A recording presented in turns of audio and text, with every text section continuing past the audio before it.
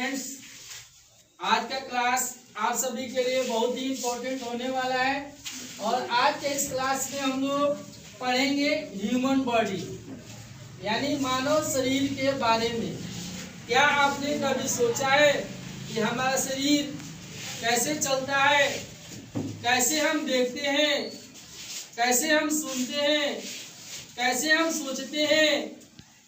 तो चलिए हम लोग इसके बारे में जानने का प्रयास करते हैं कि जो मानव शरीर है इसको ईश्वर ने बनाया है और इस शरीर का निर्माण करोड़ों कोशिकाओं के मिलने से एक मानव शरीर का निर्माण होता है।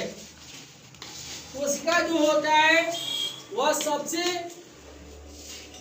छोटी इकाई होता है जिसके संयोग से, जिसको मिलने से ऊतक बनता है। ऊतक को हम लोग इंग्लिश में टिश्यू कहते हैं और टिश्यू को मिलने से अंग का निर्माण होता है, ऑर्गन बनता है और ऑर्गन को मिलाने से एक शरीर का निर्माण होता है। जैसा कि हम कह सकते हैं कि कोशिका जो है मानव शरीर का सबसे स्मॉलेस्ट यूनिट है।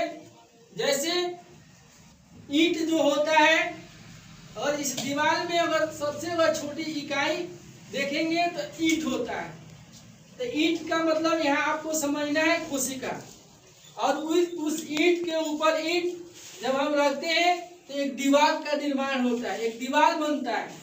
तो उसको हम लोग टिश्यू यानी ऊतक कह सकते हैं। कई दीवारों को जब आपस में मिला दिया जाता है तो एक कमरा का, एक रूम का निर्माण होता है जिसको हम लोग क्या कहते हैं? उसको हम लोग कह सकते हैं अंग, ऑर्गन। आगे बच्चे जब कई रूम को जब मिलाया जाता है एक घर का निर्माण होता है। यानी कई अंगों को, मेनी पार्ट्स को जब हम मिलाते हैं तो एक शरीर का क्या होता है? निर्माण या संरचना होता है। आगे बात समझिए। तो चलिए हम लोग देखते हैं। लिखा है कि our body has many important system such as digestive system यानी पाचन तंत्र। डाइजेस्टिव सिस्टम का मतलब क्या होता है? पाचन तंत्र। सेकेंड में दिया है रेस्पिरेटरी सिस्टम जिसको हम लोग कहते हैं श्वसन तंत्र। क्या कहते हैं? श्वसन तंत्र। थर्ड में दिया है सर्कुलेटरी सिस्टम जिसको हम लोग कहते हैं परिसंरचना तंत्र। क्या कहते हैं? परिसंरचना तंत्र। फोर्थ में दिया है